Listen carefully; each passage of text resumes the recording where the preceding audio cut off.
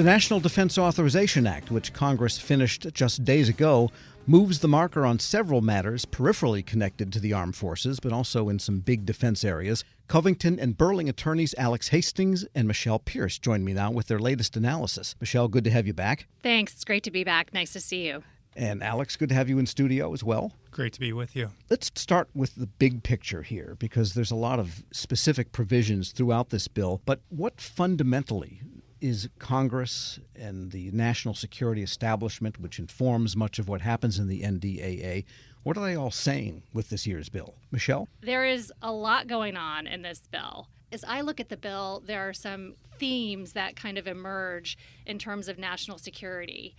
One theme is it is absolutely critical for our national security agencies to be working more closely and in partnership with industry and private sector partners. So you'll see a lot of provisions in this year's bill that enforce this concept that you cannot, as a government official, a government agency, do your job on some of these really challenging issues and achieve your mission without reaching out to industry and finding ways to partner. So the concept of public-private partnerships are incredibly important in this bill. And you'll see a lot of provisions that either provide for a mandate to establish a public-private partnership in a certain sector, or alternatively, demand that the executive branch develop a strategy that incorporates private industry partnerships. All right, Alex, you're the contracting attorney specialist on this side of the equation, if we call Michelle the sort of the military analyst with her Army background. What does this all mean? What should contractors understand about this bill then? So Michelle is right that there is a lot of opportunity here for public-private collaboration with the government, whether it's supply chain or AI. We heard a lot of opportunities or a lot of places where Congress had rigorous debate about some of the provisions in the bill. But what we didn't hear a lot about is a lot of places where Congress agreed on issues, whether it was supply chain vulnerabilities when it came to China and Russia, or whether it was the need to assess opportunities for AI when it comes to DoD applications. These are areas where I think contractors have a lot of opportunity to work with counterparts in the DoD, whether it's a public-private partnership, whether it's working with DoD on a series of reporting obligations that the NDAA is going to impose on DoD to try to either bolster the supply chain or incorporate artificial intelligence. So there's a lot of opportunities here, I think, for contractors to get involved in many of these issues.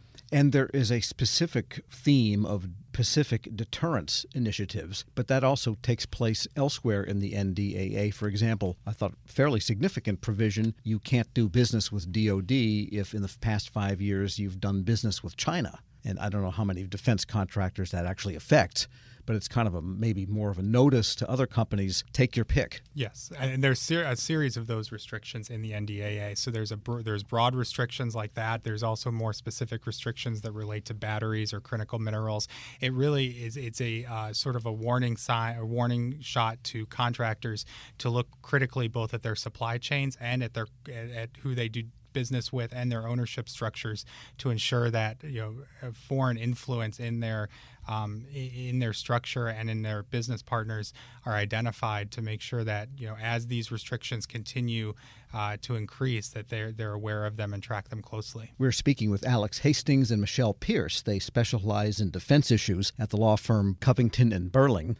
But the Pacific Deterrence Initiative, that is a specific program. The Pacific Deterrence Initiative is a program associated with funding in which we provide not just military support, and certainly we allow our military to partner with and then exercise and conduct operations with other friends and allies in the region. It's a stream of secure funding such that those partners can rely on those authorities and that funding as it operates in all of those locations jointly and cooperatively with the United States. Got it. In other words, we can have subs and exercises and all kinds of stuff close to China, whether they like it or not. We can train with other militaries, certainly, in that region. And a former chief of naval operations used to say, The tyranny of distance in the Pacific is so incredibly great that if we don't have those types of relationships with our allies and partners in that theater of operations, we simply are not going to be able to do our jobs. Okay. And on that idea of public-private partnerships, Alex, I mean, that's an old idea. They've been talking about that for 50 years. What's different now, do you think, under the NDAA? And are there specific provisions to streamline the inculcation of new technology? Again, something DoD leadership has been talking about for 10 years now. How can we get these faster to deployment, just to simplify it? Yeah, no, it's a good point. Public-private partnerships are nothing new, but I think the emphasis on them and the tools available for contractors and the DoD community are new. So, for instance, there's a provision in the NDAA that encourages public-private partnerships for rare earth elements. I mean, rare earth elements right now are coming from Russia and China by and large, and they need to be near-shored or friend-shored or domestically sourced. And the NDAA directs DoD to look for look for partners who can help source rare earth elements from more friendly sources. So that's a direction that I think hopefully DoD will start to implement. In terms of tools, we see what we didn't have, as you said, 10 years ago, 15 years ago, was the other contracting authorities. This NDAA does a lot when it comes to OTAs, CRADAs, and other contracting authorities like that, which I think really help public-private partnerships that won't fit in a traditional FAR-covered contract. Help those partnerships flourish and really get off the ground. Are these all in the 800 series of provisions, the OTA and et cetera? Or it expands them to more. It expands them to other opportunities. It does. The NDAA also, Congress gives and Congress takes. So it also imposes additional oversight authority over OTAs, suggests that, there needs to be more performance reviews for OTA recipients and that sort of thing. So we're going to see more oversight of these non-traditional agreements. There's a lot of money flowing through them right now for contractors, but there's also more procurement authority there as well. And finally, what about just the basic units of end strength? What does it say about the size of the Army, Navy, Air Force, and shipbuilding, which the Navy has all these multiple plans? They would like to pick one and pursue. The critical question with respect to shipbuilding is, do we have enough ships to execute the Navy's mission?